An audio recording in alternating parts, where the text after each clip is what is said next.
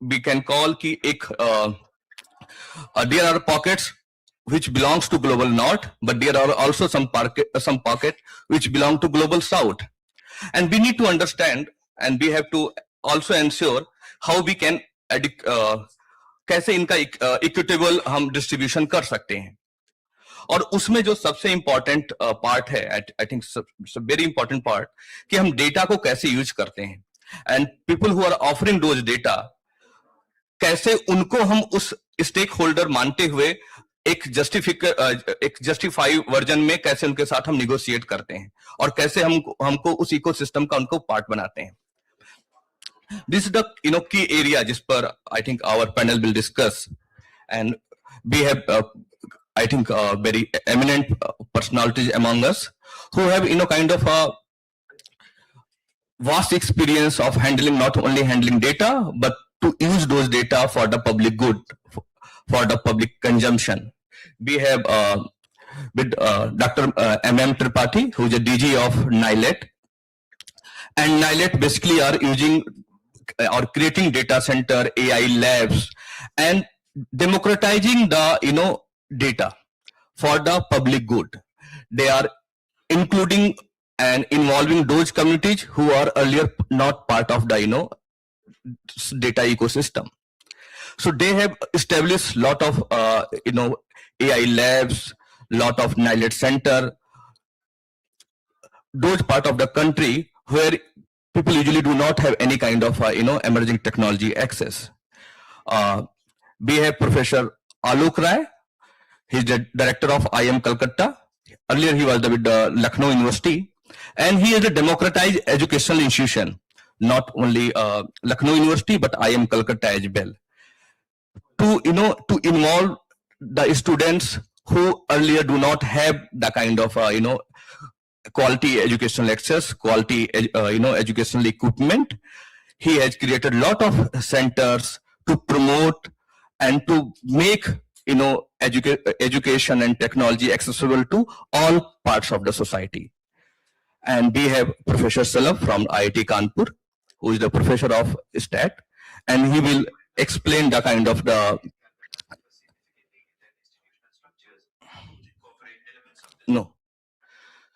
who will explain the usage of data. And first I will request Dr. Tripathi to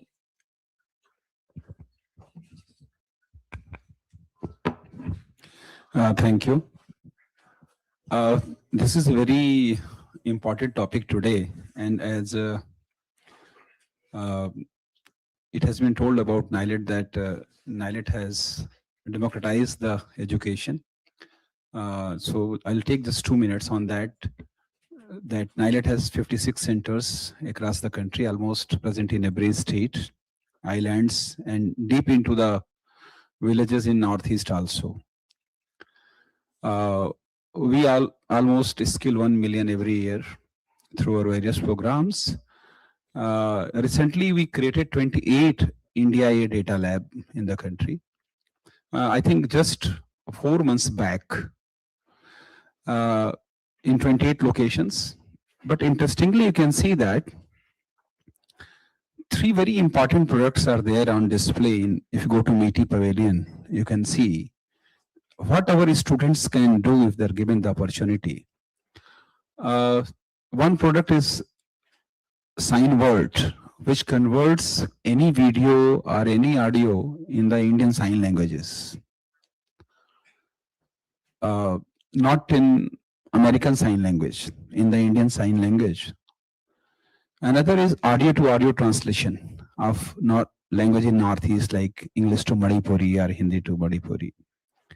And yesterday also I was talking a third very simple tool to convert in Srinagar, the artisan which are making this qaleen. Normally it takes many months to design one qaleen. And now the AI tool generates in minutes, just to do the GUI thing, and it will make an output of the talim. So these are the small interventions in very, very small time, which has been done. Along with that, we have created a NILET digital university platform, which is the first digital university platform for education in the country. It's very AI intensive platform and one of the best example of AI in education, which is now in 4 months only, we got around 50,000 registered students on this platform. And every minute, one student is getting registered on this platform now. So these are the very useful data which is going to be there on our platform. And this data is open to any researcher to use it and develop small models on the LLMs or whatever it is for different applications in education, and also will be used for research and collaboration. So now coming to the point, in the global south, we have different kind of data available with us, and mostly the big tech companies who are developing LLMs, they look at us as a consumer only. So these tools are coming up, we are giving our data, and then again the data will be used to develop other different products for our consumptions.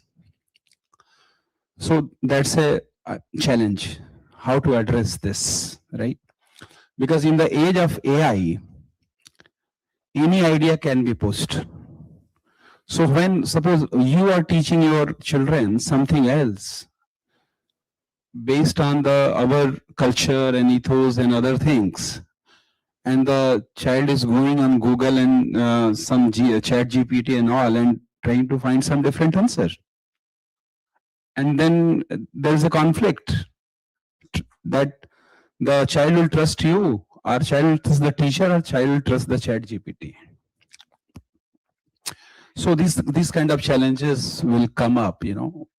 So it's very important for global south and India also that how we protect our data and how can we develop models for ourselves instead of relying on the large language models for everything, because that is the area where there will be a lot of competition in the world. But certainly we can develop our own small models. We can develop foundational models using our own data for our own applications. So I have just given 3 examples, whatever students have done. So like that, there are many, problems, statements in the country. India is a very diverse country. And we have different kind of set of the problems which Europe doesn't understand or the US does not understand. And at least we should create the solutions for our own problems ourselves, rather than taking a model and training on our data and customizing it to provide a solutions, because there are certain threats associated with this. We have been listening to different kind of threats. So it's important.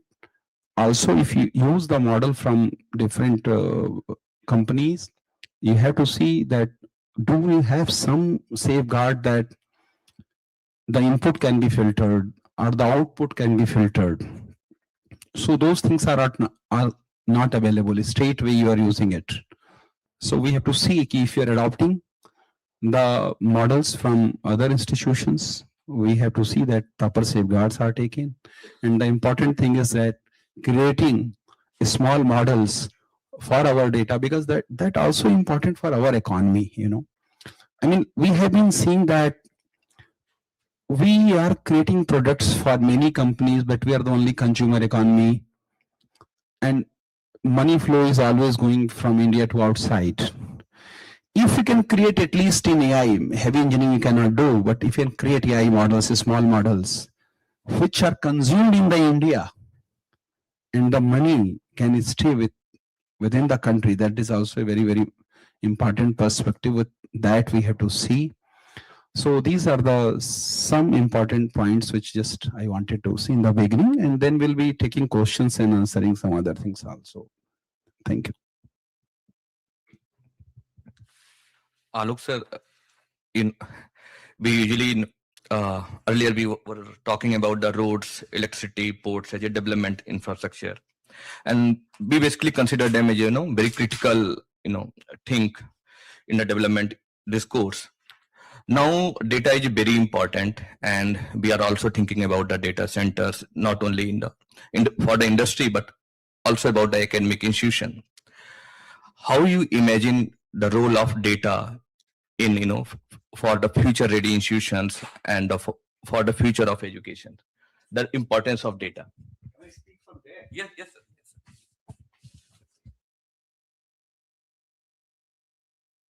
See, basically, I'm a teacher, so I prefer speaking while standing. Now, before I specifically go on to what Dr. Ramananji was asking me, I have few fundamental questions for contemplation of this august house, of all the wise people sitting here. And these questions are coming from me as a student, as a faculty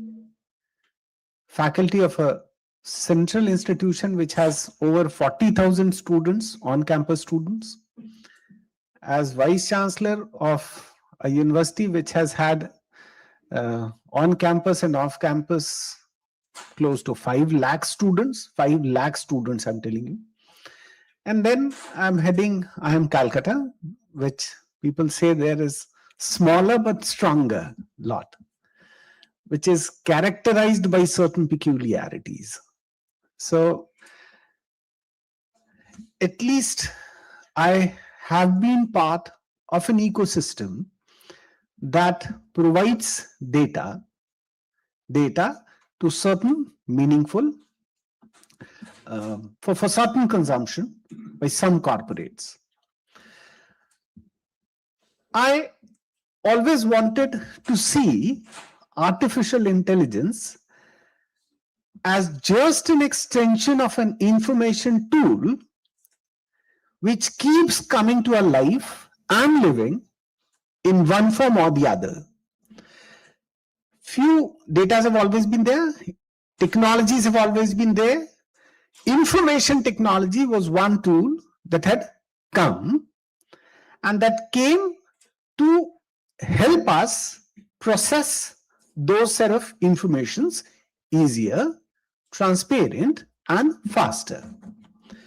Now, I see this largely as an extension of the tool where our decision making is certainly going to be faster.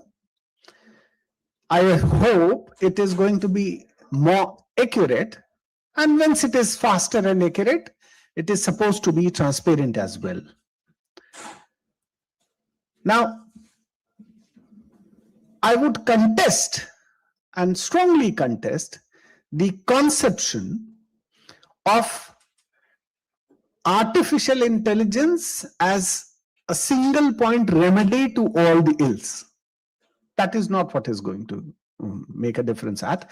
It is going to change the processing, way of processing, speed of processing, and accuracy of processing.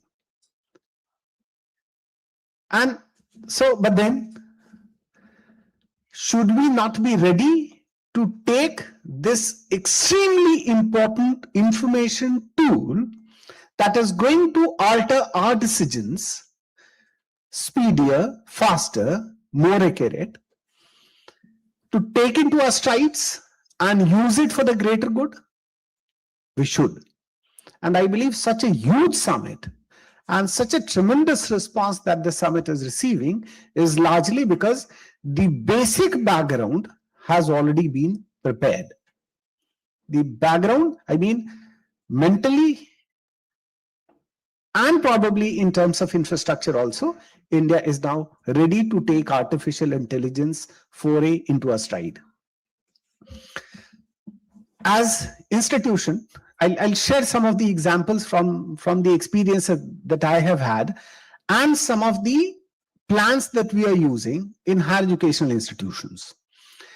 You know, one big problem, as I said, while serving as Vice Chancellor of an institution which has had of the campus and also of affiliate colleges 5 lakh students, examination is, you know, something the most challenged thing here. Now, 5 lakh students in one semester appears in 6 examinations. So it makes out to be 30 lakh copies to be evaluated. Now you have limited number of faculties. So what they do is, first of all, they have had a lot of criteria, this much of experience, this must be of the status of the faculty who would evaluate. And of late what had happened, especially after 6th pay commission, and then subsequently 7th pay commission, especially after 6th pay commission, with the salary of teachers went up so high, it was a non-remunerative assignment to evaluate copies.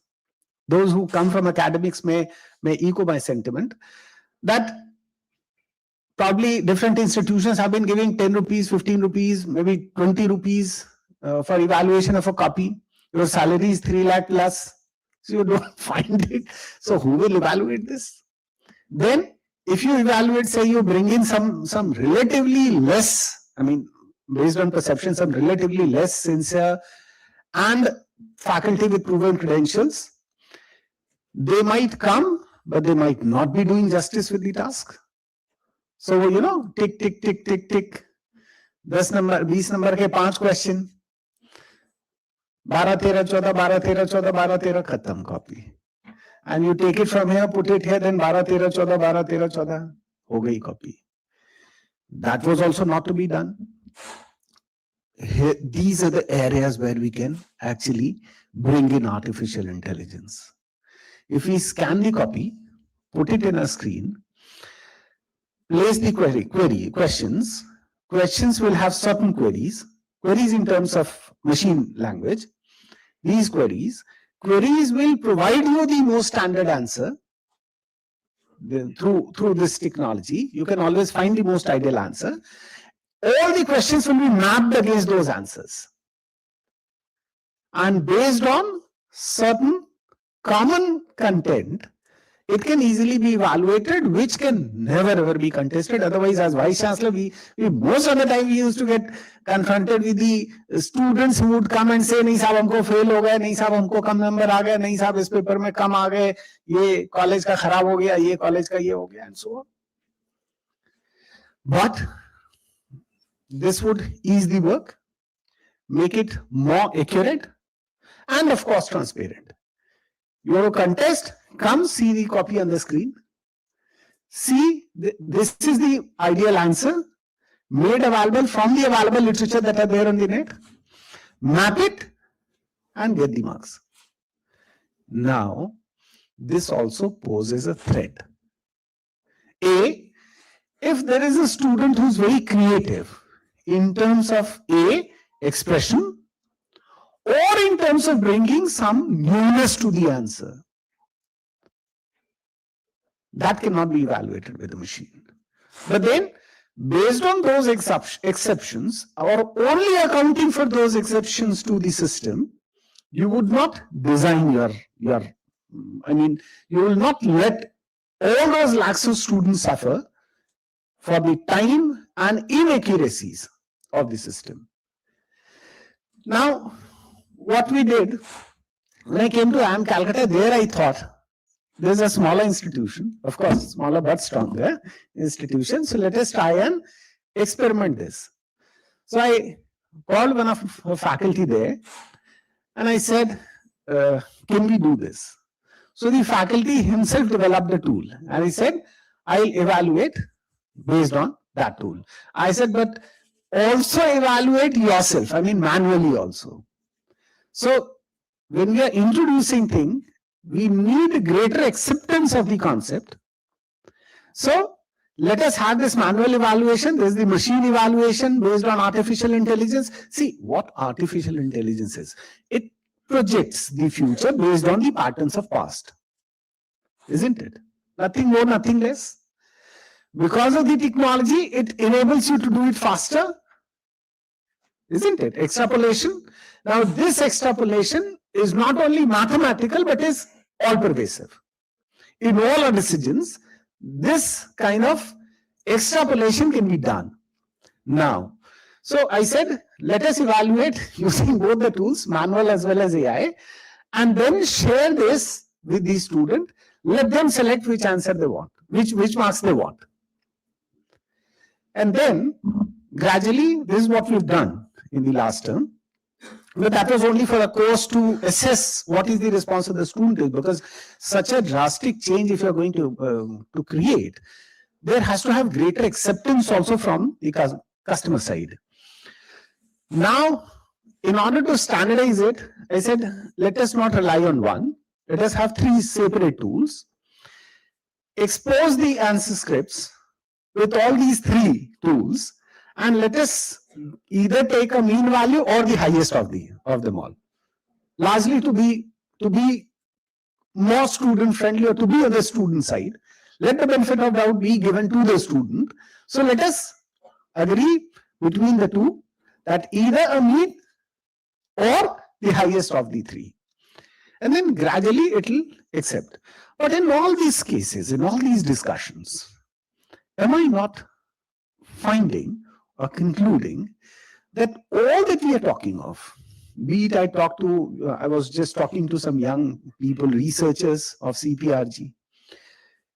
I have been talking to some very senior people from the system, not just from academics, but also from governance side. You talk to them, are we not talking of artificial intelligence largely from consumption side?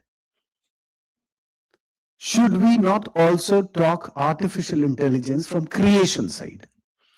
Because our manpower, which is highly skilled, and I'm telling you, I've traveled significantly, and I can tell you, India has one of the finest and most committed, extremely diligent workforce.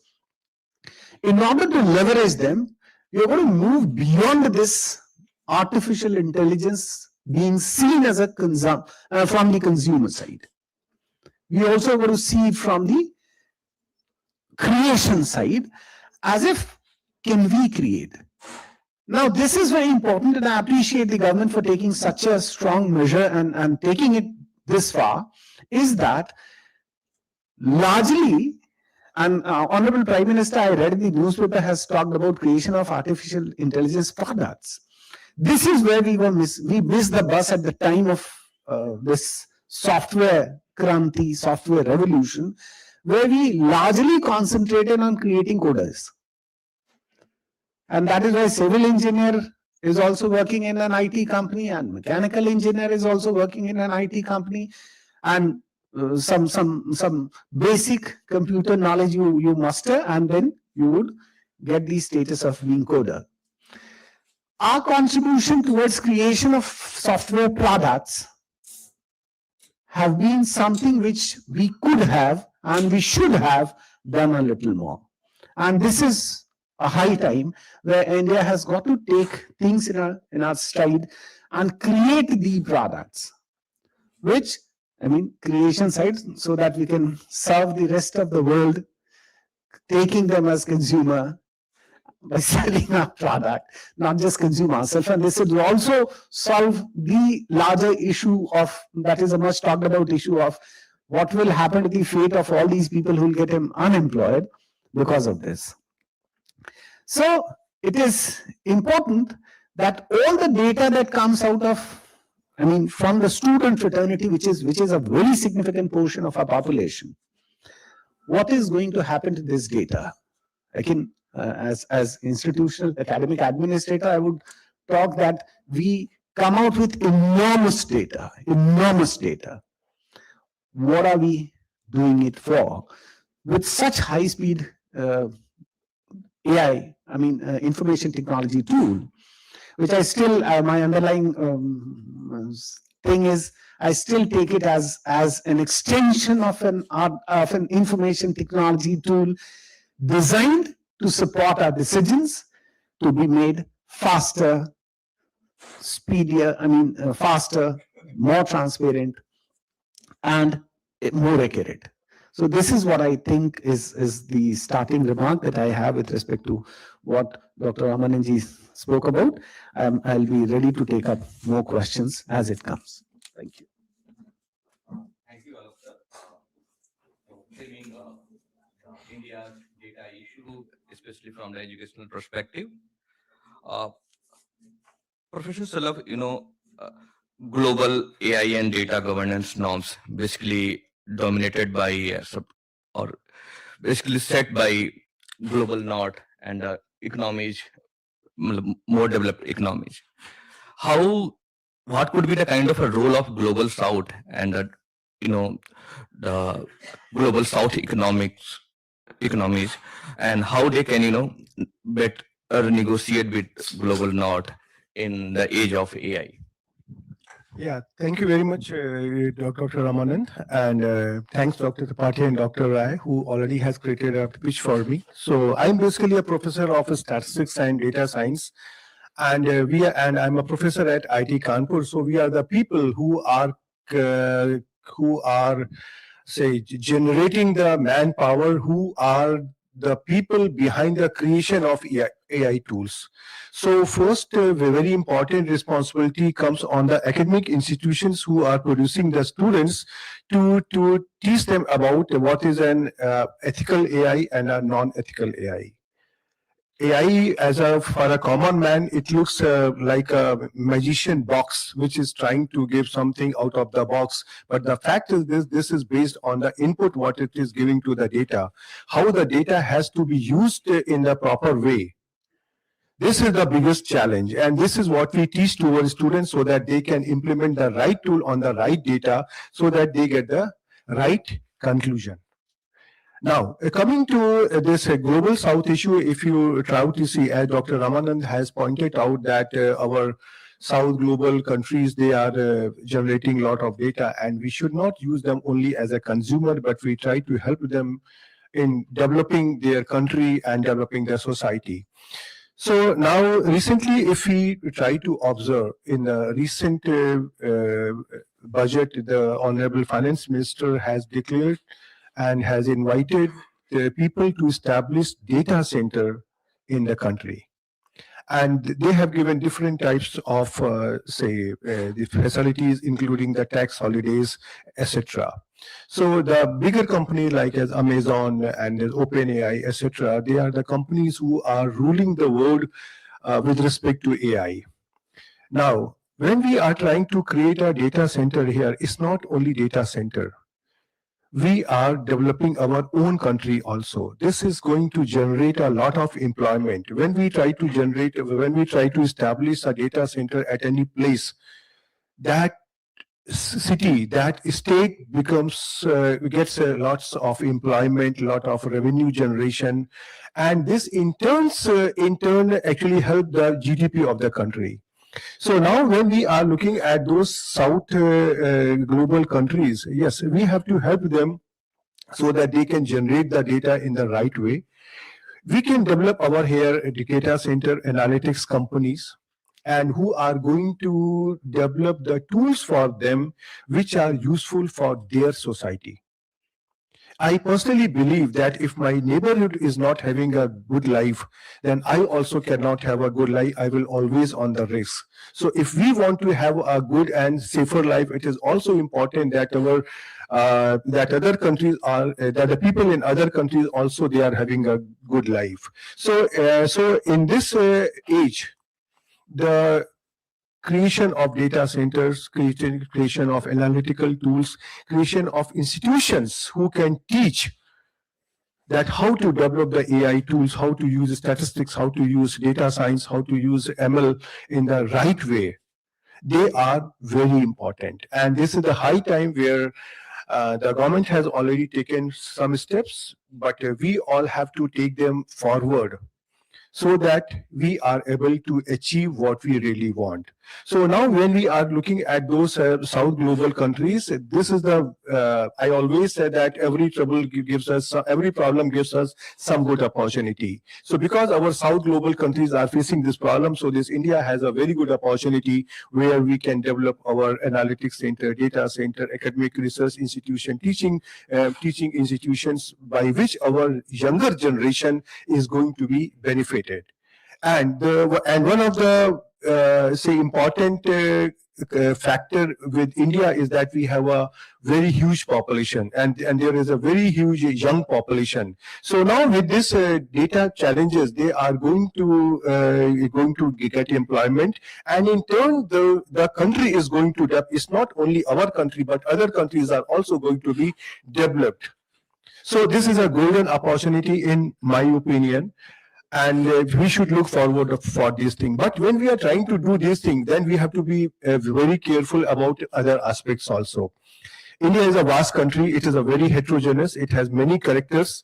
Whenever we are trying to develop a data center, for example, then there's geopolitics, geolocation, all these factors comes into picture. Even the political equation, they also come into picture. So they have to be taken proper care, so that the creation of the data centers doesn't fall prey to the politics or the national level politics or the geopolitics or the state level politics, number one. Number two, creation of data centers requires the infrastructure, lots of electricity, lot of water consumption. So now we have to be very careful. It should not be only the politics which should dominate the place, the choice of the place for the creation of data center.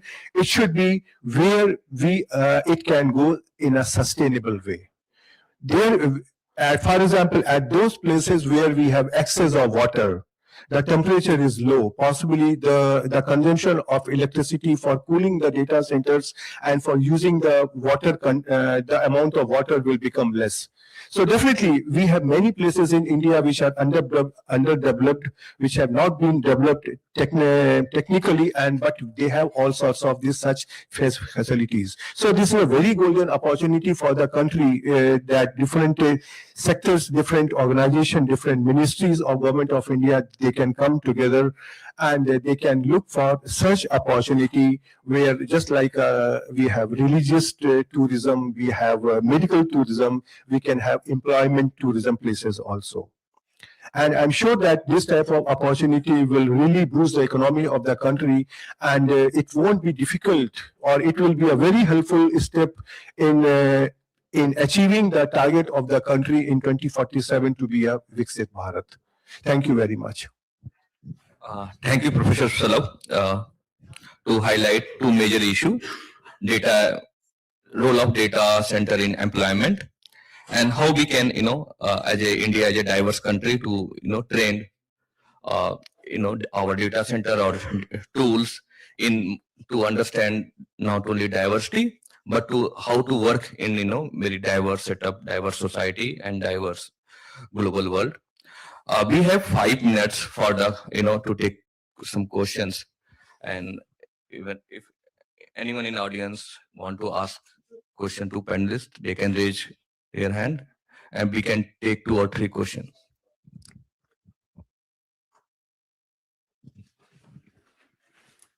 Anyone? Oh.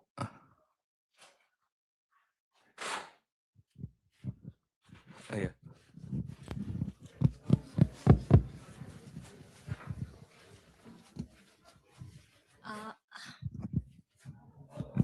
Hi, my question is to the entire panelists, since you are actually having access to academia and you're working with people who are generating tools, AI tools. So since I'm a lawyer and I'm a privacy counsel, so my question is more towards the privacy.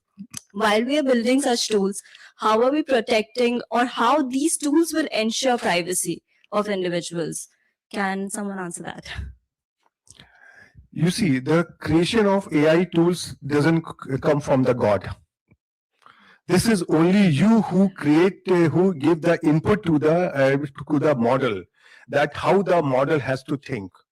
So when you are trying to create such a model, at that step only, you have to just take one more variable, that is the privacy. And what type of privacy? In the beginning, suppose if I take 20,000 cases, you have to classify them, whether this case falls to the case of privacy or not.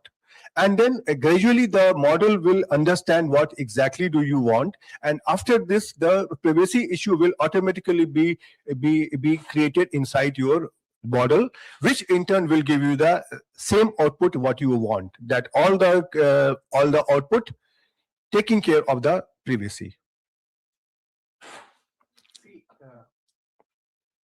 We are going to understand the tool. As I said, this is just an art. This is to be seen just an artificial intelligence be seen as an information technology tool designed to support our decisions faster, accurate. Now, there are two aspects to it broadly to comprehend it. There are two aspects to it. A, all the possible content available on internet, that is in our hand. All the possible content, this is where you'll filter the information from. Second is, based on this, my projection. Right? Now, both the cases, if I do not provide you the basic raw material for your consumption to process it further, this is, I'm restricting it. But I echo the sentiment that you've said. Not just that, even before artificial intelligence, come back to the basic information technology tool, like for example, a CRM tool. If I'm making myself or my information available for consumption to these corporates, as long as it stays with you, fair enough. And this is what we believe in, and that is why we allow you to do this. But I raised a question once, and in one of my articles also, I had amply made it questionable as to a student from my institute leaves and goes, say, for example, from Calcutta to Bangalore to join her job. Books a taxi. Now, all these informations are available to that taxi operator. Books a ticket. That information is also available. And when she lands up in, say, Bangalore, and she reaches at around 10 in night. And then again, she logs in for a taxi. Immediately, a message drops in that XYZ restaurant is to the left, assuming that you would be hungry, you would be needing food. You feel good. But by making all these informations available to a third party, I'm also exposing myself to certain avoidable threats. How? These IT people will tell us. But of course, this is a double-edged sword. We are going to accept this.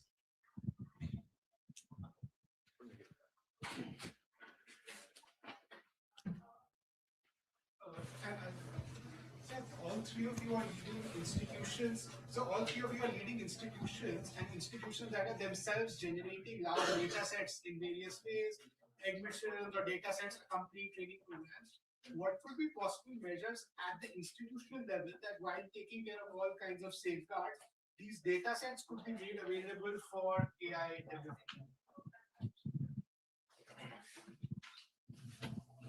Like, there are few informations that I cannot make public, right? So if you'll ask me, share the basic details of your students, we won't. Share their marks, we won't. So there are certain set of informations that are public, like for example, and you would want me to make it public. After admission process is going on, you would want the entire merit list to be there on the website for greater transparency. So name, father's name, place, etc., previous background, educational background, written marks, interview marks, and so on. But when you ask me the cell number, I won't provide you. You ask me the email ID, I won't provide you. You ask me the residential address, I won't provide you. You ask me the likings, dislikings, I won't provide you. You ask me the previous company, I won't provide you. So it is for us. And once these things will stabilize, many of the issues will come to the fore.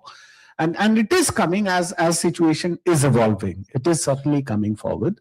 I hope my co-panelists will also be sharing something. I think one is we have like implemented a consent mechanism, see, as per the DPDP Act, to adhere it for the students. And then data labeling is also being done, so that, only the required data, which is also important for the research purpose, is made available in a separate entity like data coach and all. And not all the data is transferred to the centralized location because both things are required. So data is required for do the further research in the and then also important that privacy is being protected. So I think DPDP Act has adequate measures, and if it is implemented by institutions, they will take care of it. I will just add one line that sometime in order to develop a tool, yes, we can use the data, but we analyze the data. So that is one way out. If you're, as I said, there's ethical AI. If you want to do something, if you want to develop something for the welfare of the humanity, then people will come forward depending on your objective. I think we have to wrap up because now we have only 5 minutes. I think you can take. She just raised the hand earlier. Okay. Also. Yeah. Yeah. Can you all hear me? Yes. Yes. Yeah, I think my biggest question here is we're talking about building AI for the global south, and there are some great possibilities. But are you all considering the algorithmic biases and the societal biases that also creep into AI? I often think about, obviously class, caste, and gender, and weirdly, I felt a little sad that even this panel, there are no women here. And I want to really understand that when we are talking about building AI systems, when we are talking about, bringing it into our lives and progressing, then are you all actually taking all of these different things on board? You see, as I said, the AI will give you output. AI means artificial intelligence, and above all, there exists natural intelligence which God has given us. So definitely AI will not be AI cannot take a decision which is comparable with a human being. So AI is simply just like your very obedient and efficient slave, which to whom you give hundreds of works, the human will do it in 100 hours. He will do it in 5 minutes. So that AI will give you the output, but it is only we people who are going to take the decision that how are we going to understand it and how we are going to implement it. So all sorts of bias which you are apprehending, yes, they can be corrected, but then you need a knowledgeable person who understand those human biases. They can correct it very easily. I think you have asked a very relevant question. Undoubtedly, there are concern about the data biases, and we can only stop through transparency of data, how we are using those data. If we are will not follow certain structure, certain system, there is a lot of possibility we will bring a lot of not only human biases but the biases which we are importing from the makers of those data sets. And for the global south, it's a very necessary to understand those biases, to understand those ethical concerns, because it's very important to make a equitable data driven society. It was very challenging job for our CPRG to bring speakers at one point of time. We have invited a lot of people, but some of speakers from the from the diverse section of the society could not come because of they have already committed.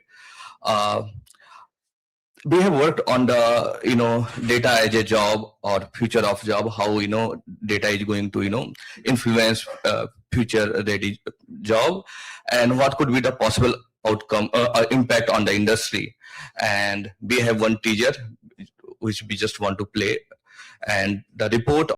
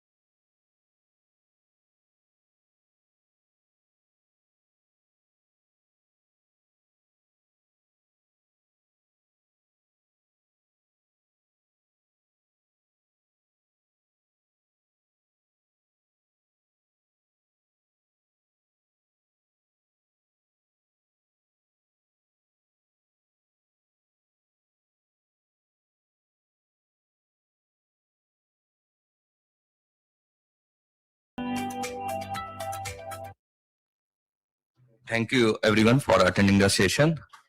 Yeah, and I think we have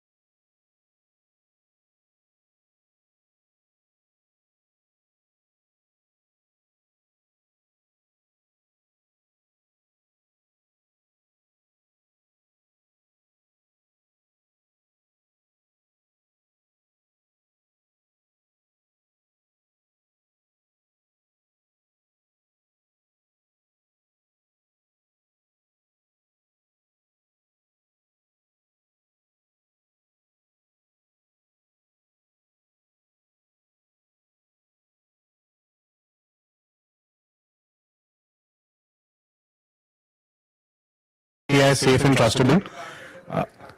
We're just waiting for one more speaker to join us. I'll invite our honorable panelist. We have Dr. Sanjay Bahl, Director General CERT-In. Dr. Bahl, can we have a round of applause for our speakers, please? Thank you so much. Dr. Oberoi with Google. Dr. Pawan Dugal. We've got David Wroe from the Australian Strategic Policy Institute. Great. I'll let the speakers introduce themselves. Meanwhile, we've got one speaker from Microsoft who's joining in. Right? We can start with David. Thank you, Kanishk, and thank you so much for having me here. It's a real honor. It's been an amazing few days. I've been wandering around the building for since Monday, and I just want to say how incredible it is to see so many young, keen, hungry, enthusiastic people who've all got their own startups that they're working on, or they're finishing their studies and thinking about what they're going to do next. It's both intimidating and hugely impressive. So it's great to be here. I've got a national security and international policy background, so I don't have a technical background. I will very much be coming at these conversations from a geopolitical perspective and thinking about, talking about how we cooperate. Those countries, and Australia, my home country, not part of the global south, but certainly included in the countries that are not close to becoming technical AI superpowers anytime soon. So I think all of those countries that aren't a great power in AI need to think about how they work together closely. So that's the perspective I'll be coming from. Thank you. Hi, I'm Dr. Pawan Dugal. I'm a lawyer in the Supreme Court. I work on the intersection of law and technology. I'm currently heading the Global Artificial Intelligence Accountability Law and Governance Institute. I also have been working on AI accountability, liability, and more significantly, now trying to see how nation states can come up with new legal frameworks for the purposes of holistic AI sovereignty as we actually go forward, apart from doing various other things. Thanks. Good afternoon, everyone. My name is Oberoi. I am working as Director Strategic Engagements and Chief Security Advisor for Asia Pacific with Google. But I must not forget my roots, especially since two of my batchmates are sitting in the audience. I'm an Indian Police Service officer retired and 92 batch. And my last posting was as Executive Director for Interpol, looking after technology and innovation. Thank you. So there's,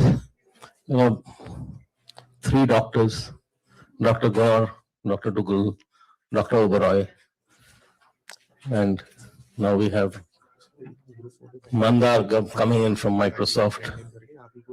So my name is Sanjay Bahl, and I'm the Director General for the Indian Computer Emergency Response Team.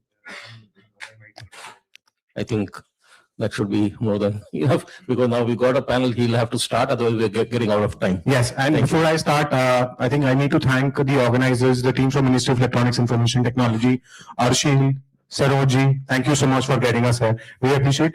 If you can have one group photograph with everyone, and then we can quickly start. Yeah.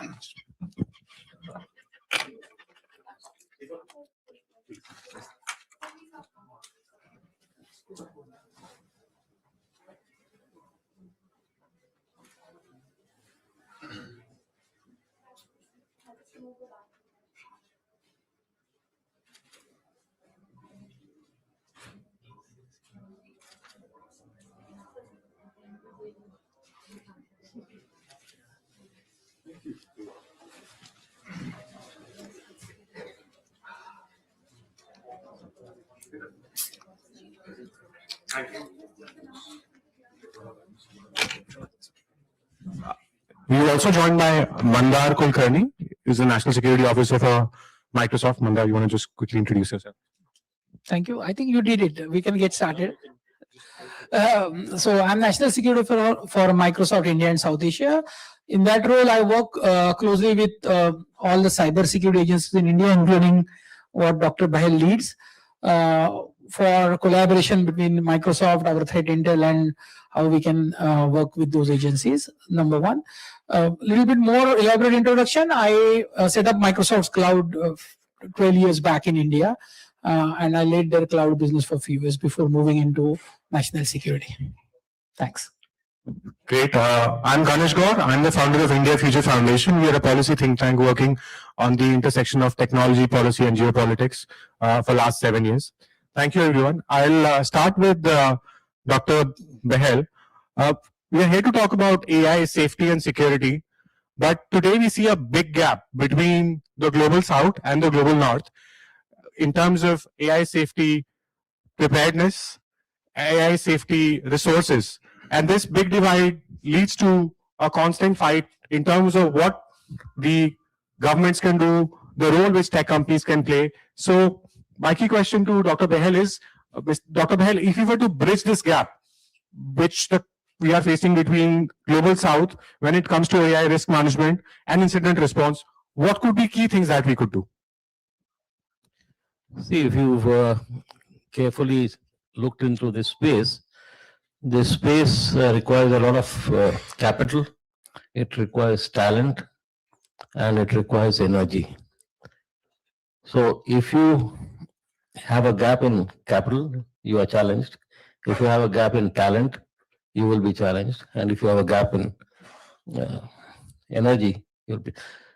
Fortunately for India, we don't have a gap in the talent part. We have abundant talent, and we can provide that talent to the rest of the world. Now, those who have the capital will obviously pull that talent. And now we have to be very clear as to how we keep that talent. That's number one. From an energy perspective, if you see, there are challenges, what you see in Europe, they are facing already. So if there are some countries who and some companies who have these things, they will obviously be growing, and then that divide starts increasing. So that's where the challenge for deficit in compute and data and models will start increasing. Now, if that divide increases, how are you going to handle those situations? Also, if you see, today there's a challenge in terms of transparency of these models. There's a challenge in terms of the behavioral ability of these AI models.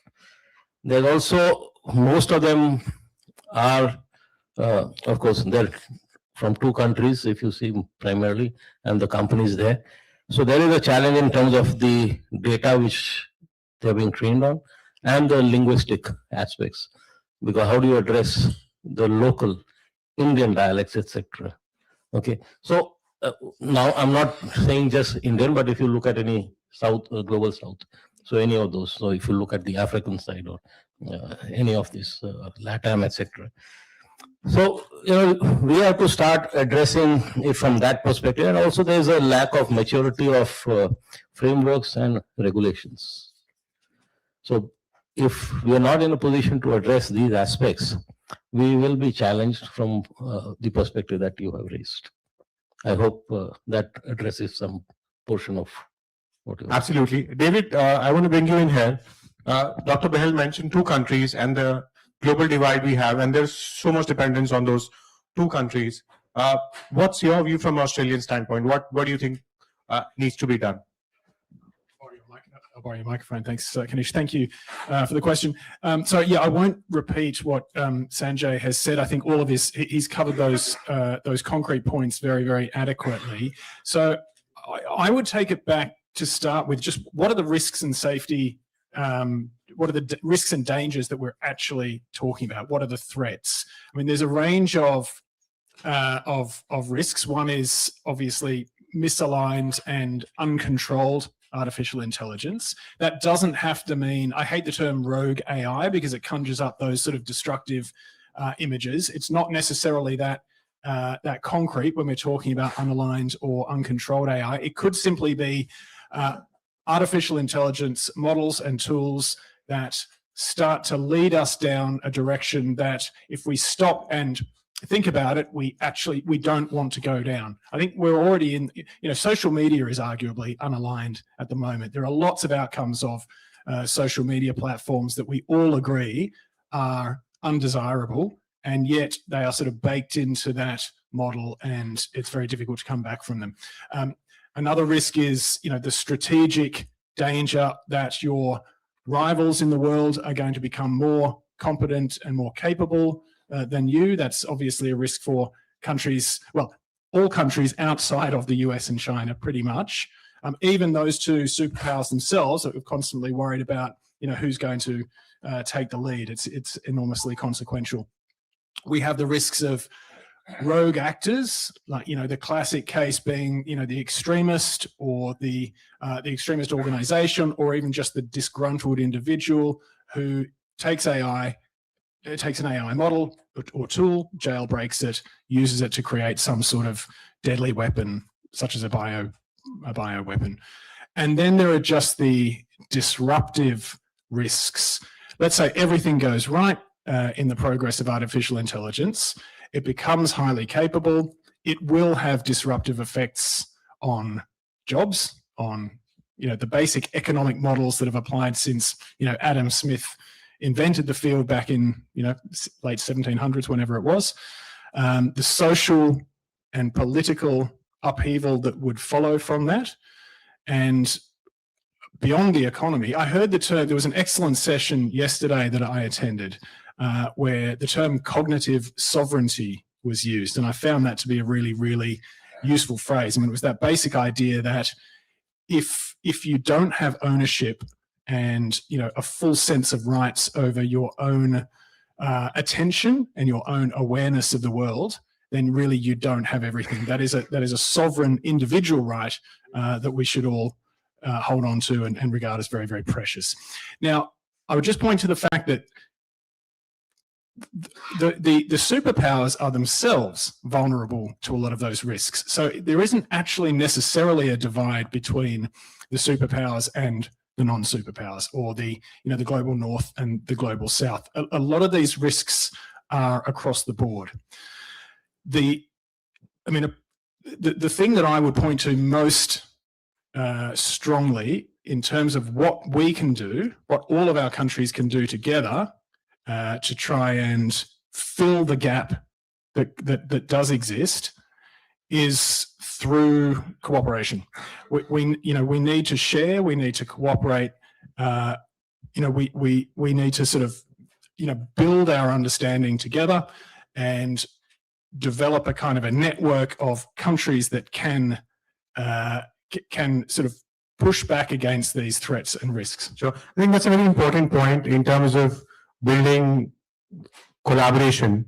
And I think where the role of big tech plays an extremely important role. There are companies like Google, which work both in the global south and in global north, and they have tremendous opportunity and also the resources. So, Dr. Oberoi, what do you think companies like Google to do when it comes to embedding safety and security by design and preventing misuse of AI?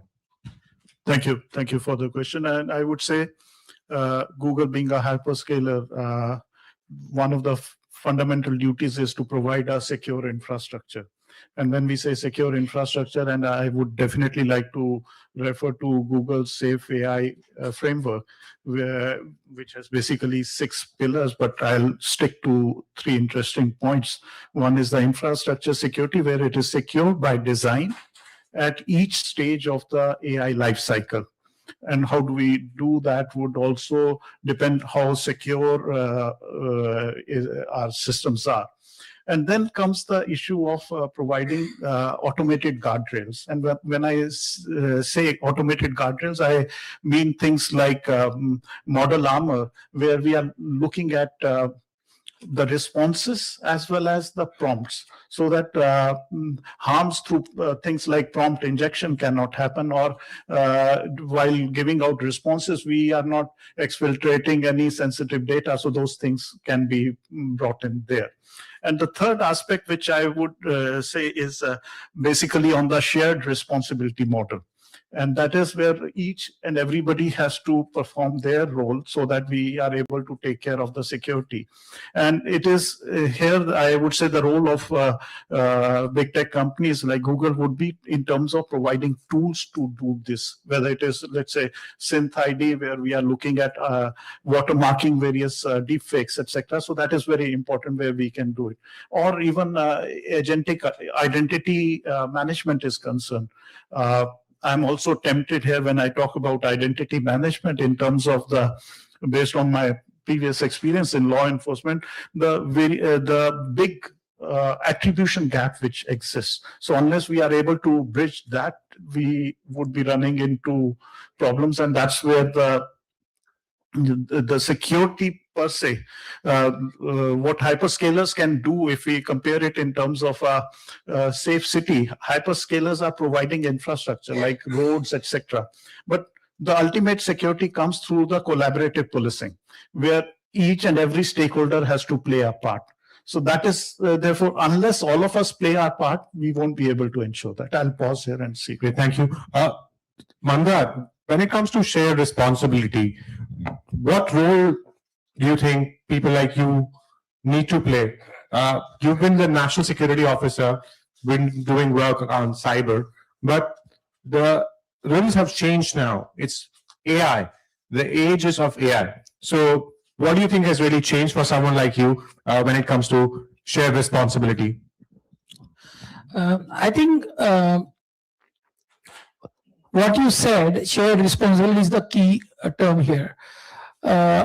And while sometimes we talk about EU being over-regulated, they actually provided a good framework through EU AI Act, right? Because many times we get very fixated when we talk about AI on models, right? How good are models, how safe are models, and all that. But I think what we need to understand is AI is not only model. Right? There are multiple layers, multiple tiers that we need to secure when we talk about AI. We need to secure data, we need to secure models, of course, and Dr. Bahl talked about model being black box, not explainable or transparent, so that's a layer. So data, model, content, infrastructure, and then the application layer. We need to, an identity. Mr. Oberoi talked about identity. I think those are the layers that we need to secure, right? Why is that? Your model could be good, but how is your application secure or not will determine ultimately whether your AI gets compromised. AI is not only model. You're not interacting with raw models. Most of us interact with an interface, right? It could be Copilot, it could be Gemini, it could be GPT, Chat GPT. We interact with that. And I'm talking about the simplest of AI application. As you get into a little bit more complex application, the business applications where AI is going to really make an impact, the application, the infrastructure, the data layer is going to be, an identity layer is going to be even more critical. So with that, I think shared responsibility becomes extremely critical, or is very, very important, because the responsibility is not only with one party. So it's not only the guys who are developing models, right? They are providing you raw model, right? Then there is responsibility on the people who develop applications using those models. Then there are guys who are using those applications, right? A bank, a government institution, or anyone else, right? That's the third layer. And fourth is us, who actually end consume that application. So there is responsibility that is across those 7 layers in AI application stack, but also across these 4. So it's a 7x4 matrix, right? Those 4 people or stakeholders who build or use AI application have the responsibility. I'll give you one simple example, right? There was a very popular trend that came up when Chat GPT created that Ghibli images, right? Everybody uploaded their pictures in it, right? Now, did we really think about how we are uploading, what we are uploading, where it is going to go? No disrespect to what OpenAI did, but the frenzy that we saw is the risk. And that was a very simple example, because that happened to us in consumer life. Very similar things are happening in business, right? When people want to do, let's say, summarization, right? They are taking help of either an AI application that is deployed by an enterprise, so governed by their IT and security team, or many cases, if there is no AI application that is provided, users are using application This is like a second generation, right? All of us dealt with shadow IT since cloud came. Now we are dealing with shadow AI, which is even more difficult for IT teams to manage and govern. So that's going to be the important thing, right? One, how we pin the responsibility and secure all 7 layers of AI application. Second, how we pin responsibility on all the 4 constituents. Holding only the model or only the end user responsible will not work. We have to distribute that responsibility. Absolutely. Yeah. Yes, Dr. Bahl, please go ahead. Well, Mandar has talked about this 7 into 4. There's one thing which is conveniently, or I don't know, conveniently, and also Dr. Oberoi, they've missed out, is you will still have challenges, and that is where the state would require certain details, and that's where, whether you call them through the regulator or the law enforcement agencies, etc., demanding details, and then that is where the shared responsibility aspect comes in, but then that shared responsibility suddenly disappears from the big tech, because then you start coming through MLAT, and you come through all sorts of other channels, and that information is never received. So I don't know what happened to shared responsibility at that time. That's a tricky one. Mandar, Mandar, you don't need to answer that. Okay, I want you to hold on to it right now. This is getting really interesting, right? You've got a regulator and you've got a big tech. So this was no guardrails, right? Absolutely, no guardrails.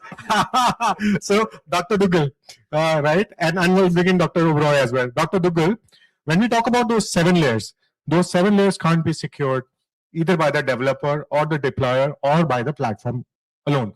It is collective responsibility, right? So how do you think the liability and the accountability needs to evolve? Because we're talking about securing those 7 layers, and not one platform owns everything. You have got different platform providers. The AI developers are different. So how do you evolve in this space?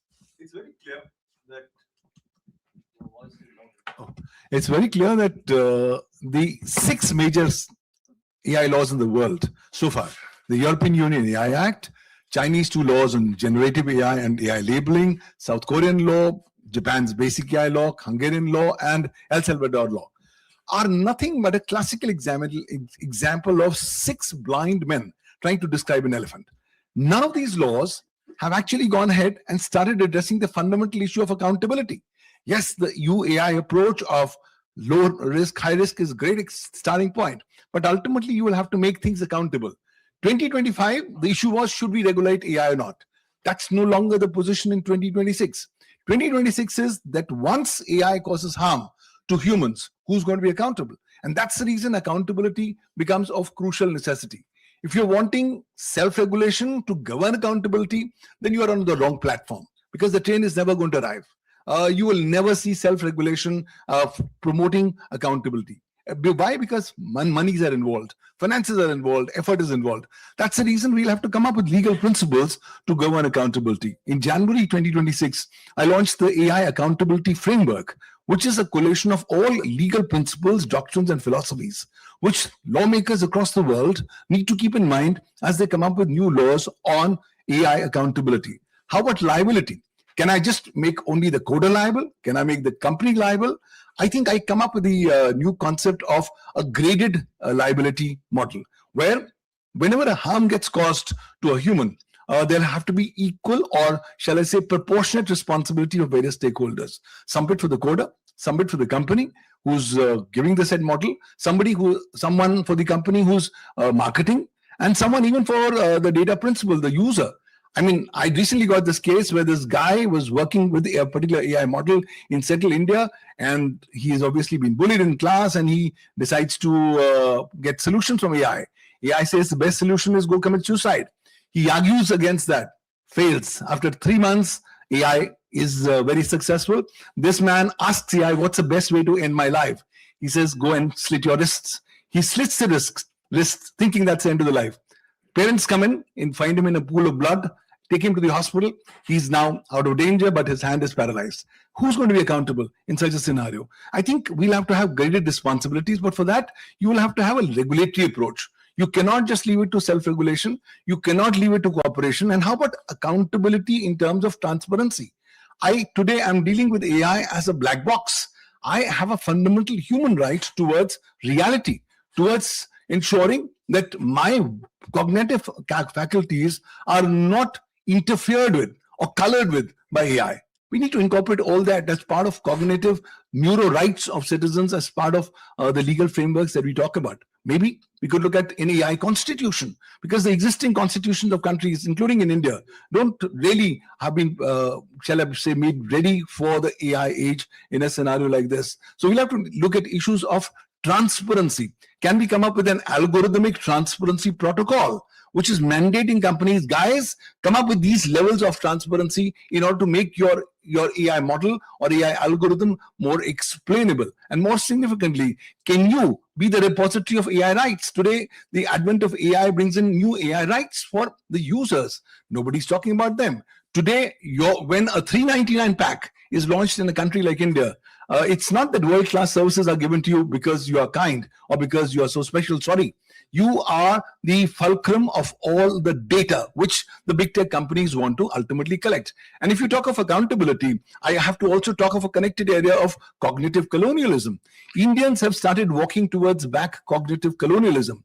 They are ready to become cognitive slaves of big tech companies, ready to mortgage their cognitive faculties at the doors of AI, thinking, well, that's the best of the world. Well, hold on. With more Alzheimer's coming in your way because of your cognitive incapabilities, you have a bigger problem. And therefore, I think the need ultimately to secure your cognitive spaces will have to be an integral part of the accountability governance model as you go forward. You'll have to make them liable. But where do we make them liable? What legal remedies do we provide? Where do I actually sue them? Do I sue them within my own country? Or shall I say the El Salvador model, who says, look, use an El Salvador algorithm, no problem. Wherever you are, harm is caused to you, you come to El Salvador and sue me here. Only then will I be able to look at it. I think interesting point made by Dr. Dugal. One is the whole AI safety repository. And the second part is particularly around your cognitive colonialism.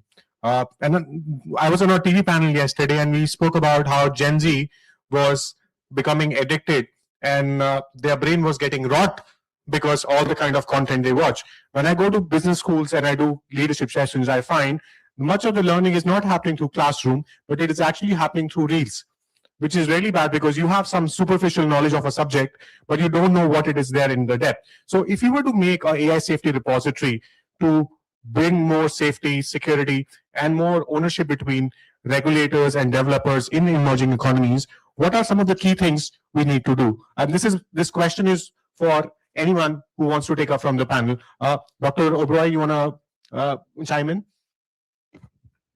So in terms of the repositories, and I assume you are referring to the regulatory repositories, what I would say that there's a need for these kind of repositories because we need to learn from each other. We need to have repository, at least regional hubs or regional alliances whereby we can exchange what is happening.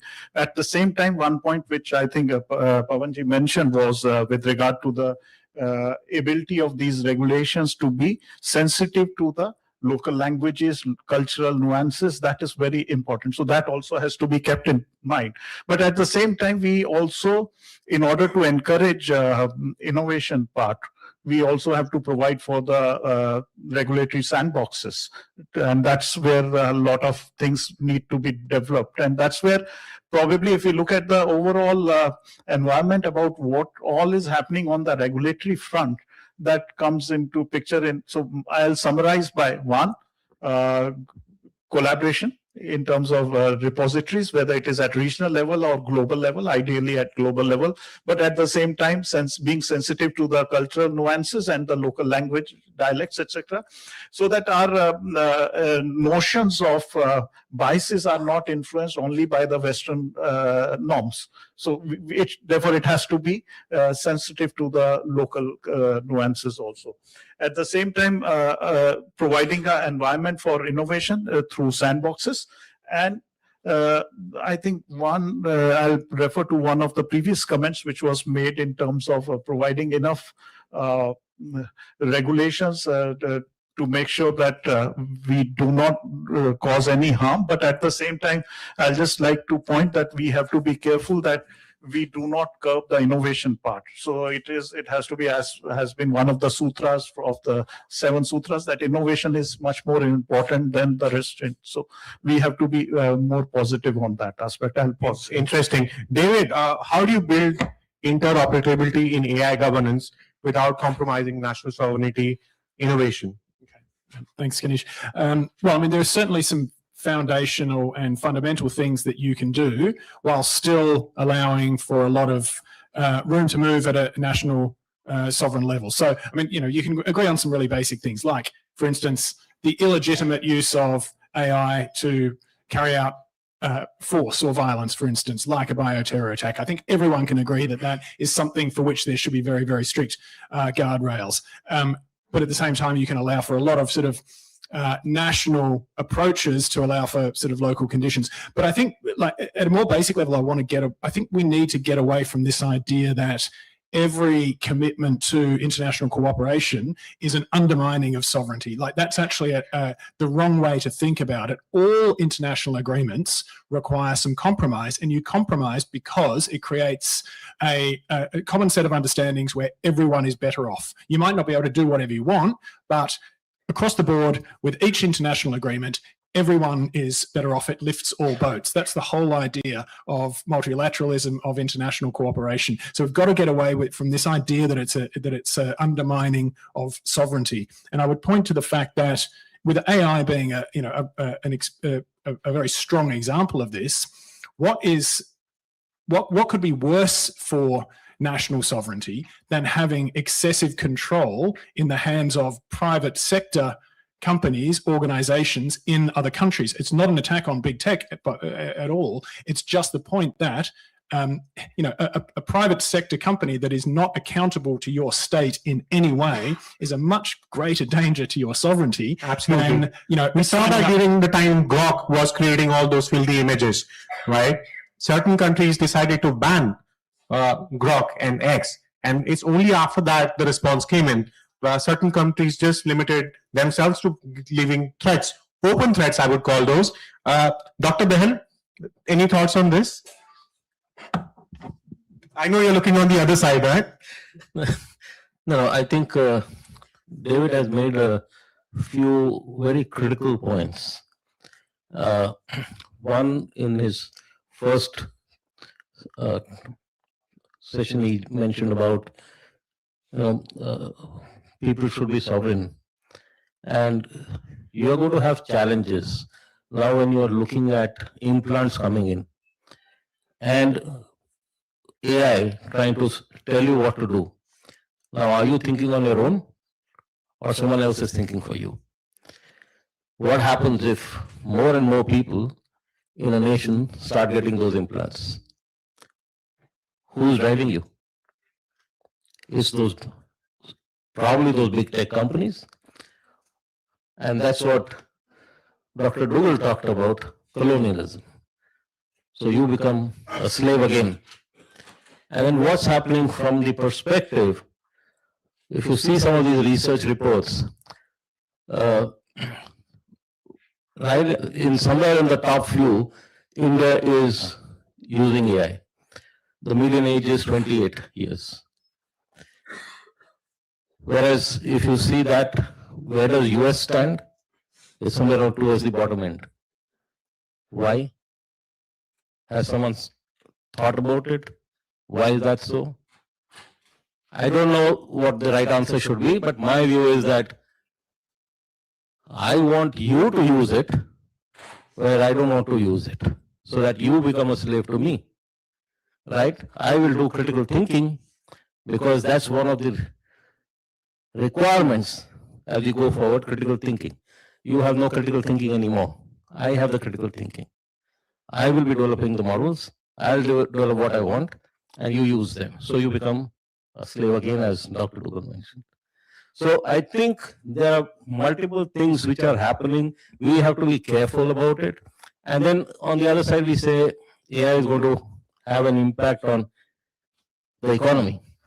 And as David just mentioned, the companies are driven by commercial aspects. They want to make profits. I was just talking before we entered the room that if AI agents, models, and when you're looking at cognitive AI, etc., they are going to be doing all the work for you. So you will have a challenge of resources actually earning money. So if there is no earning of money, where is the income tax? So if these models are going to do the work, where does the tax go, or where do the profits go? It's not to your country, it's somewhere else. So what happens to the governments? Is it going to actually create an economic impact or a drain? And then what happens to your yearly budgets, which come that income tax itna ho gaya, income tax utna ho gaya? Oh, kiske upar tax hoga? Absolutely. That's a very valid point. And Mandar, I've been holding you. So I think now is the time. There's a lot of questions. You want to chime in and give some of those key answers. There's a lot of work you've been doing in this space, working with different regulators, whether it's CERT, I4C, NCI, PCC, right? So please. Thanks, Kanishk. So 3 points here. Number one, kind of a response to what Dr. Bahl said. So that 4 pillars for accountability, big tech is one of them, right? So we're not saying in the 4 layers, right? There is of course big tech. So when you pin accountability, when there is a regulatory framework, everybody, including the big tech, should be included. You can't keep a stakeholder out. That's point number one. So the accountability framework that both even Dr. Duggal talked about has to cover everybody, right? Great example actually, if even the end users, we ourselves in our personal life can't escape. So that's point number one. Point number two, one of the things that we will have to do, right? India is not only net user, any technology, right? We are also the service provider, right? We develop application. What we do great, India, is diffusion. When you look at the biggest success that has come out of India, our DPI stack, right? JAM, DPI stack, right? We didn't build Kubernetes, right? Or we didn't build any of those many of those technologies. We did definitely build a lot of them, but we used to diffuse technology, right? Everybody, without we knowing what technology drives it, we use Aadhaar, we use mobile, we use the entire payment, all of that, right? So where we are great at is diffusing technology. In my opinion, that's something that we need to also keep in mind when we look at AI. Should India develop AI, whether it is models or chips or all of that? Definitely. But while doing that, we should not slow down and we should use diffusion. Because if we slow down, our competition is not going to slow down, right? We have countries to our left, countries to our right, and all around us, right? Who are investing big on AI. They are doing it all. They are developing their own models, they are developing their chips, but they are great at diffusion. So the question that we need to ask is, do we want to slow down and wait for everything, or we want to take AI and ensure that it goes to the bottommost section of our societies? What did DPI do? It got services to the people who were deprived of the services, whether it is banking, whether it is access to technology, right?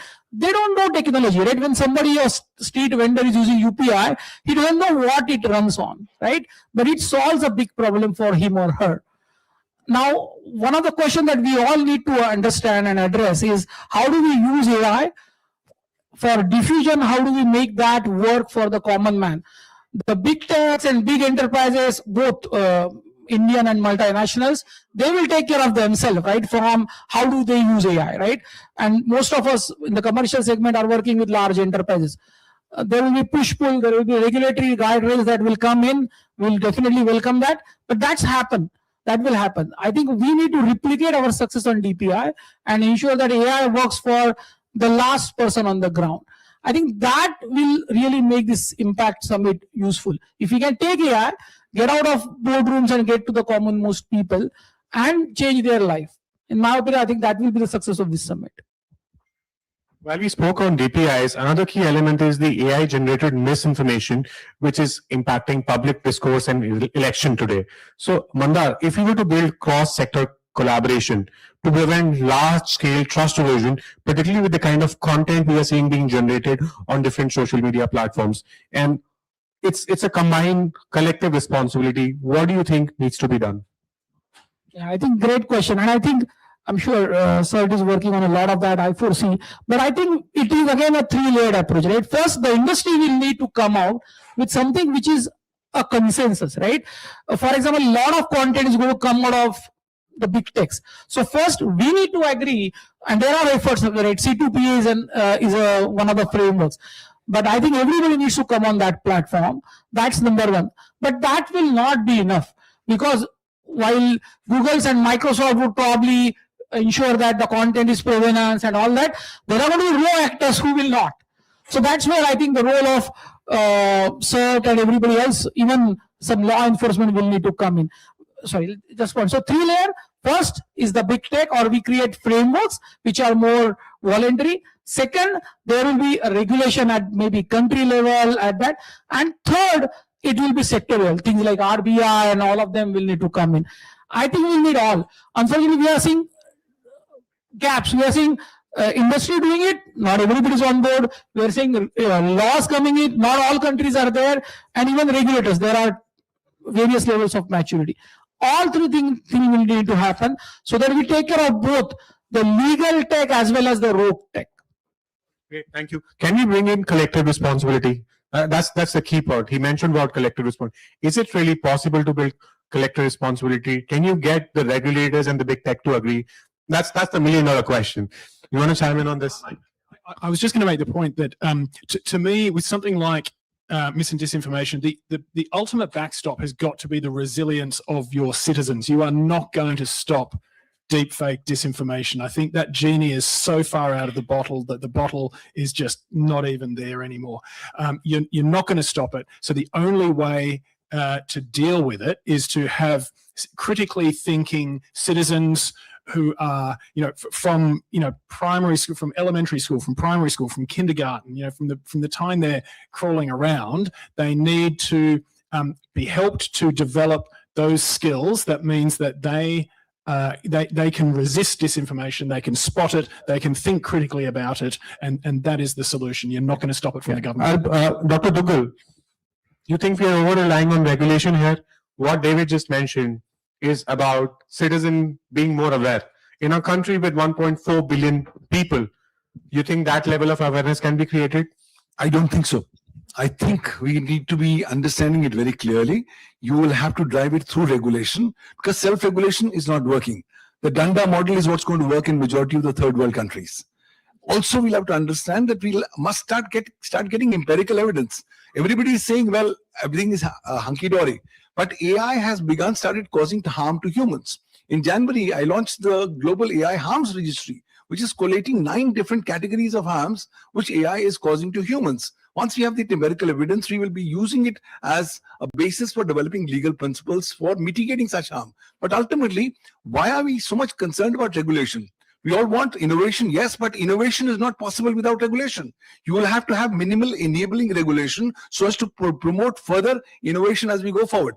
You are innovating, somebody goes and steals your innovation. What happens? What remedies do you have? What legal frameworks do you have? Unfortunately, I have yesterday's laws which I'm using for the purposes of dealing with tomorrow's challenges, and that doesn't work.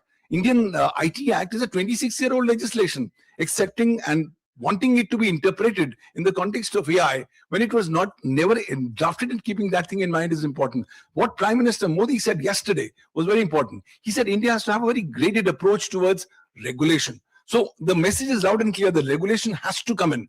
200 bills are going to be passed on AI in this very year across the world. So you are saying regulation is not there, or over-regulation? Sorry, that's not happening. Regulation will have to start addressing meat by meat, point by point, the various issues as we go forward. Otherwise, the sovereignty of the countries, the security and the integrity of countries shall stand prejudicially. Thank you, Dr. Oberoi. I'll go back to the point, Kanishk, which you mentioned in terms of how it has to be a collective responsibility between regulators and tech companies and everyone else also. The point is, going by Pawan's statement regarding that we need regulations, and there's no denying to that fact that regulations are needed. But what is regulation or policy? A policy at the end of the day is just an intent. Ultimately, it has to be enforced. And how do we enforce it? For that, we need technology today. And that is where, therefore, the tech companies' role comes in building those technology, those guardrails, so that the regulations which have been brought by government can be enforced on ground. Today, imagine that the latest guidelines of Rules 2026 of IT Act say that a deepfake closure window, takedown window is 24 hours. 3 hours. 3 hours, sorry, 3 hours, my mistake. So 3 hours, how do we take down that without the appropriate technology? So unless we have that enabling technology, these are just intents without any implementation mechanism. Dr. Bahl? So in this last 10 seconds, I mean, all this actually needs to work. The base layer has to be trust. If there is no trust between big tech and the regulators, there's going to be a challenge. There will be gaps. And what David said is correct. You need people or children to be having critical thinking right from beginning, but you also need regulations. But the challenge with regulations, as Dr. Dugal mentioned himself, is you're dealing with yesterday's regulations for tomorrow's challenges. Even if you have today's regulations, you will still be dealing with tomorrow's challenges. So how are you going to be keeping up? So you need regulations which are going to be dynamic. You cannot have regulations made today and then say, I'm still going to be dealing. You will always be in that challenge situation, feedback. That loop is going to be closed only when you are starting to look at dynamic regulations. But the constant thing is going to be what David mentioned, ensure that critical thinking is there so that people understand why these dynamic regulations are required and how do you address them. So I think that is what has to be done, and the layer of trust has to be cemented. Today, there's a huge challenge from that perspective. So I'll stop there. Thank you so much, Dr. Bahl, for summarizing it. The layer of trust has to be here. Last closing remarks, 15 seconds with everyone. If I were to work with you and build trust and safe AI for the next 5 years, where do I need to start in 2026? Mandar, we can start with you. Yeah, I think I kind of said this earlier. It will need to be rooted in these three layers, right? Where the industry will need to build a trustworthy framework. There has to be regulation, of course, and a third layer where we do the user education, as David mentioned. It will need to be all three of them. And actually, Dr. Bahl summarized it well. There has to be trust in across three layers, right? All three layers will need to trust with each other and continue. Thanks. I mean, trust follows safety without stating the obvious. That, I mean, we've got to concentrate on safety. In order to achieve that, I think government needs to be the standard setter for artificial intelligence. This is the most profound technology that humanity will ever invent, ever introduce. There is nothing like the legitimacy of the state to control, well, to direct and guide something so powerful. It cannot be left to the private sector. The role of the state representing the people, the citizens, is absolutely crucial. The government needs to be the standard setter here. Collaboration and trust with all stakeholders is a given yes, but distrust in AI has to be an even more absolute yes. We must be learning to distrust AI. Why? Because AI has started going rogue. It's acting against human interests. And as we walk towards AGI and ultimately superintelligence, the important issue will be how do we ensure that AI does not work against human interest, because ultimately AI has become an existential threat. And in that regard, the policy and the legal guardrails have to be put in the development process of AI today. And that's the best way how we can save the trust of all the stakeholders in the AI ecosystem. Thank you. I would say that going back again for my policing background, that trust and safety, they are recognized when they are invisible. A safety which is visible, where visible efforts are made, it means there is no safety. Today, we don't distrust that electricity wires will be leaking in the walls because we trust that, and therefore, what has to be done is we have to move away from this philosophical debate. We have to move into a stage of technological engineering enablement so that this trust is built. We have had enough debate about that, and that debate is not going to stop. Technology whose time has come will come, whether we like it or not, so we have to build around it. Thank you. I think I did summarize earlier, but just as a last statement, when you're looking at trust, safety, security, it'll all at this point in time have to be a good balance between art and science. Without both these things, you will not be able to achieve trust, safety, security. And we have enough examples from our old scriptures of ensuring science and art. Thank you. Thank you so much. Thank you so much.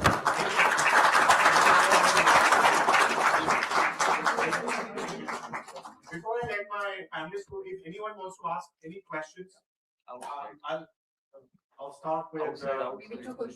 I can take a couple of questions. So, right, we start with Mr. Yeah, do you want to quickly? Mr. Maheshwari.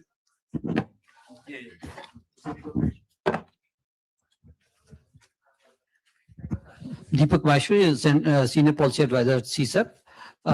So when you're looking at this whole thing around trust, I think what we also need to look at is, as was mentioned earlier, in terms of this whole perpetuation about the tendency and the chances of post-colonial dependency.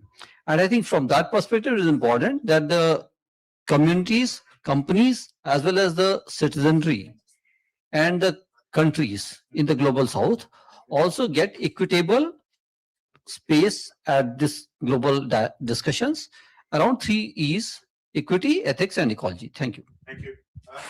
Mr. Maheshwari. Yeah, maybe going forward, what do you think should be the right model for governance or regulation? Not just in view of maybe AI, but maybe such future technologies which are going to be equally harmful and equally transformative. Yeah, I'll let people face the questions. Anupama, you wanted to ask, right? Yeah. Hi. So my question is, this is related to a situation. So at this point, we've all been discussing about humans and AI. My question to all of you is a situation when agents are interacting with each other, and especially when we're talking about agent to agent being developed, concepts like MCP. So if in the next 5 years, it's when the agents which are talking within themselves, and this is when we're building up agents, let's say for government organizations or let's say companies. One last question. I want to take up someone from the back, right? Someone's, yeah, go ahead. I have a quick question. Two gentlemen over here mentioned that onus is on the regulators for making sure there are guardrails in place, and the onus is on the citizens for having critical thinking. But why did the big tech platforms have to rush to release models like LLM models without having the guardrails in place in advance? What was the need for having rushed it all out without ensuring that people were ready to use it more responsibly, especially at a time where organizations like fact-checking organizations are retreating, their budgets are crunching down, and people whose job it is to even detect fake news or fight fake news or fight deep fakes, they themselves are retreating. You'll see the number of fact-checking organizations and fact-checkers is also going down. So why not put that guardrail in place first? Which one do you want to pick up? Okay, let me pick up the regulation part. I think countries in the global south, particularly India, cannot do a cut, copy, paste. We cannot have an EU model applicable here. Why? Because the ground realities are different. Number two, in the developing countries, going back to regulators or to the legislature and getting amendments is going to be a tall process. So I advocate a principle-based approach. Let's look at broad legal principles, which can be effective for narrow AI, agentic AI, AGI, and superintelligence. And then give sectoral regulators the flexibility to come up with sectoral specific regulations. That's the best way going forward. Otherwise, it's going to be difficult because even if I make a law today, in the next 6 months, it's going to be obsolete. The DPDP Act is obsolete vis-a-vis AI because it does not mention AI. So obviously, I'll have to give that flexibility to the government to come up in that regard. And also, we'll have to look at the common minimum denominators. Let's not reinvent the wheel. Let's look at the experiences of other countries and then try to see how can we go ahead and do things in this regard. Hello. Hello. What is our strategy about developing the critical thinking among the people? We have millions of people who are studying in higher education but the way we are teaching, way we are doing the critical thinking is a key part. So are we also thinking of developing a model which will inculcate critical thinking among the people in different domains, not only single domain, but different domains. We are running out of time. I got your question. Critical One last comment, and we can have the speakers speak to you offline. They're here, right? Yeah. I'll take the agency question. I think that the recent Maltbook case was incredible for the fact that if you leave agents in a space together, they don't just sit there and do nothing. That's the most incredible thing about it. Even if the more extreme response, even if the more extreme things that they were saying, some of those were fake because they were actually put in by human beings. But even if you knock off the most extreme ones, they actually don't just sit there and do nothing. They start talking to each other. We are in a really profound new era. And that's why I think a lot of the conversations are actually kind of legacy conversations. I think we're talking as if we're still in the same old world. We're not.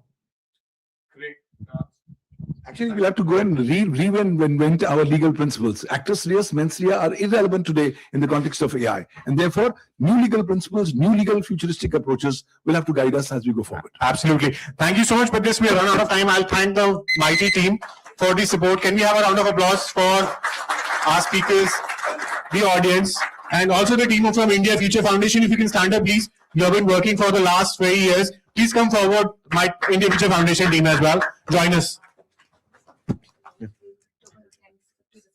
Yeah, we'll give the token of thanks. I'll just get one of my team members. Pankaj, can you come in forward? Yeah, Pankaj. We have a token of thanks from the mighty team. I'll ask one of my colleagues to come in as well. Pankaj, can you come forward, please? Ashish? Deepak? Shreyansh?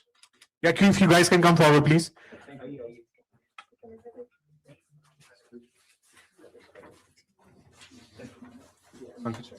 Pankaj, you can join me.